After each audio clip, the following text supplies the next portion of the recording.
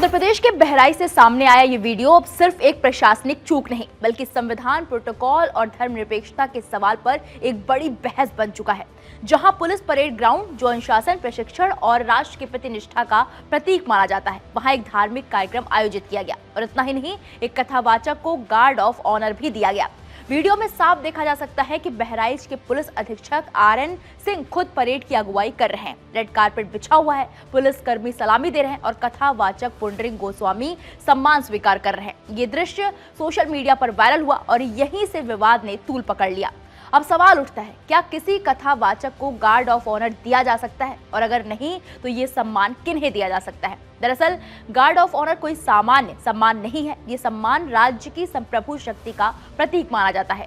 भारत में guard of honour सिर्फ तय संवैधानिक और सरकारी पदों के लिए निर्धारित है। राष्ट्रपति, उपराष्ट्रपति, प्रधानमंत्री, राज्यपाल, मुख्यमंत्री, मुख्य न्यायाधीश, थल सेना, नौसेना और वायुसेना के प्रमुख या फिर विदेशी राष्ट्राध्यक्ष और सरकार प्रमुख। इसके अलावा शहीदों को अंतिम विदाई के समय सेना और पुलिस के वीर जवानों को या राष्ट्रीय समारोह में गार्ड ऑफ ऑनर दिया जाता है। लेकिन किसी धार्मिक गुरु, कथावाचक, बाबा या निजी व्यक्ति को गार्ड ऑफ ऑनर देने का कोई संवैधानिक, कानूनी या प्रोटोकॉल आधार नहीं है। यही वजह है कि विपक्ष इसे संविधान का उल्लंघन बता रहा है। नगीना से सांसद और भीम आर्मी प्रमुख चंद्रशेखर आजाद ने सीधे सवाल उठाया।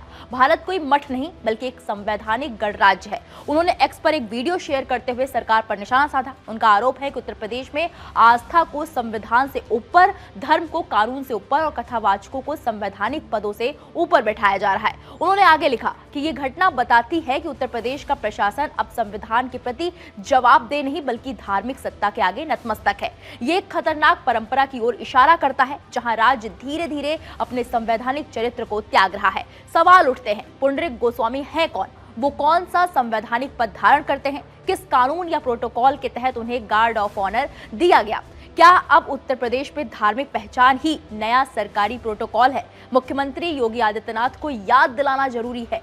संविधान की प्रस्तावना भारत को धर्मनिरपेक्ष राष्ट्र घोषित करती है, किसी एक धर्म का सेवक नहीं। दूसरा, अनुच्छेद 15 धर्म के आधार पर विशेषाधिकार देना असंवैधानिक है। तीसरा, अनुच्छेद 25-28 राज्य धर्म से दूरी बनाए रखेगा, चरण वंदन नहीं करेगा। अंत में उन्होंने कहा है, इसका साफ मतलब है संविधान सर्वोच्च है, कोई धर्म नहीं, राज्य का कोई धर्म नहीं होता। जय भीम, जय भारत, जय संविधान, जय विज्ञान।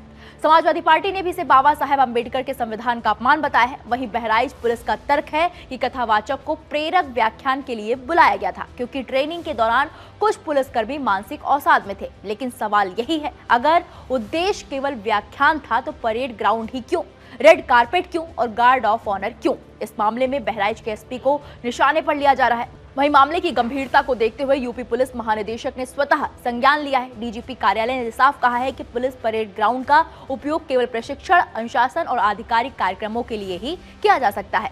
अनाधिकृत उपयोग और प्रोटोकॉल उल्लंघन के आरोप में बहराइच SP से स्पष्टीकरण मांगा गया है और सूत्रों के मुताबिक कार्रवाई संभव है। अब जान लेते हैं कौन है पुंडरीक गोस्वामी। पुंडरीक गोस्वामी वृंदावन के युवा कथावाचक हैं। 7 साल की उम्र से भागवत कथा सुना रहे हैं। देश विदेश में उनके कार्यक्रम होते हैं और वो खुद को ऑक्सफोर्ड से शिक्षित बताते हैं। लेकिन बहस उनकी विद्वता पर नहीं है, सरकारी संसाधनों के इस्तेमाल, संवैधानिक मर्यादा और राज्य धर्म के अलगाव पर है।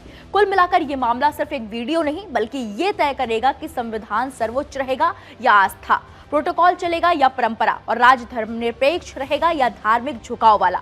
अब निगाहें DGP की कार्रवाई पर टिकी हुई हैं क्योंकि ये फैसला सिर्फ एक अफसर का भविष्य नहीं बल्कि ये संवैधानिक व्यवस्था की दिशा तय करेगा। इस वीडियो पर आपकी क्या राय है, हमें कमेंट बॉक्स में जाकर जरूर बताइए।